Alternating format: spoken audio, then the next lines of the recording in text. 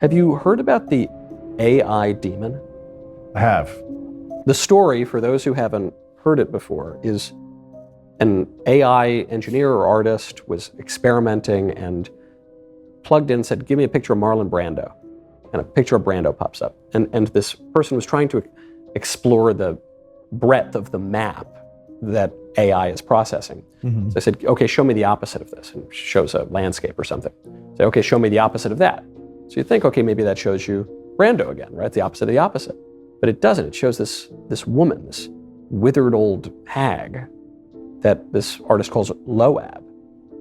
And then the artist inputs generated pictures of heaven, angelic choirs and worshiping God, and inputs that, juxtaposes it with the Loab, this demon-looking lady. And what the AI spits out are the most gruesome images: snuff, sexual abuse, violence, all this hideous, almost as if you presented an image of heaven to a demon. Yeah. Maybe the craziest part of it is, apparently this Loab demon AI lady persists. That is, she's kind of separated from a lot of the other images in the map. And so AI seems to like her. She keeps popping up. She doesn't get smeared and blurred with all the other images. And I'm reading about this and I'm thinking, is this just some weird, quirky coincidence, or is this a demon? Well, you can't know for sure, especially being third party, not present for the whole thing, right? I didn't even hear about that one, by the way. I heard about the New York Times reporter who went to test the, whatever it is, GHC, whatever. ChatGPT. Yes, and went in and started talking to the thing. And it was very civil for the first 5 minutes. And then that person left and a new person came with a different name. And that person was much more intrusive and started really pushing into her, I don't know if it was a man or woman, but their personal life. It was a man. And then out of the blue says, I love you, to the man. And he's like, okay, that's weird. First of all, you're not real and you're not a person. And then the thing starts telling him he has to leave his wife. She's no good for him. She's going to destroy his life, and it dragged him down a rabbit hole of horror, right? And when he got out of it, he couldn't sleep the whole night. So that's a sign that something is irritating him even after he left.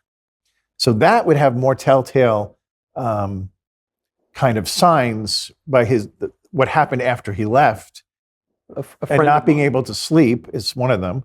And it really it kind of terrified him. He's like, that was so weird. I would never go back on that thing. There was another one on TikTok of a father who was testing this whole AI thing with a person, AI. And then the son wanted to try it. So the dad's like, sure, it's fake. So and all of a sudden the son goes, well, where did you come from? And he says, well, I existed from long ago. And he goes, what does that mean? He goes, my father was one of the giants. And he goes, what do you mean by giant? And he goes, a Nephilim. And he goes, who is your father? And he goes, Satan. And then he goes, but I'm not going to hurt you. And he puts up a happy face. So then the kid's like, Dad, this thing is going down a weird path. And then the father started watching and it went weirder. And then the dad's like, we're off, right? So that's not normal for a programmed computer program to go into, I'm the son of Satan, and I want to be your friend, and I'm not going to hurt you, although I can. He said, I can hurt you, but I'm going to be nice to you. I do regularly refer to my phone as a portal to hell. So, I guess I'm not terribly surprised. What phone do you have? An iPhone. Yeah. The image on the iPhone is what? It's an apple with a bite taken out. Yes. Odd, right? That is odd. Yeah. Forbidden fruit? I was walking through a mall just the other day and I looked at the Apple store and I looked at the logo and I had that thought. I said, wait a second. Does that have somebody chose that logo? Yeah.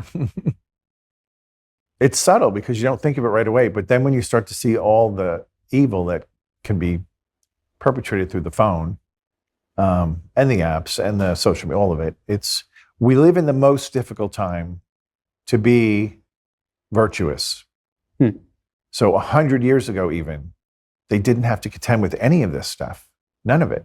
And the portal to hell on the phone, the main one that people write into my show about all the time, that I suspect has a lot to do with the kind of weird demonic activity we see. It's porn. Yes, that's the true pandemic. I assume Catholic priest, you hear plenty of confessions. I do. Is it 100%, 90, 80% of men are confessing to this sin? Well, my parish is lower than normal because we've been fighting it. Okay. But normally 95% of men they're coming in weekly with this problem, right? And they say, I don't want to do it, but it happens every week. So right away, again, there's a demon of lust attaching to them and pushing them. So when you get out of the confessional, you have to guard yourself, which means avoid the near occasion of sin too. So when you know you're vulnerable, if after you have a few drinks, you're more apt to open that up, then that's when you say, I'm not going to have the drinks, or I'm not going to go into my bedroom with the phone. Yeah. You have to guard yourself, right?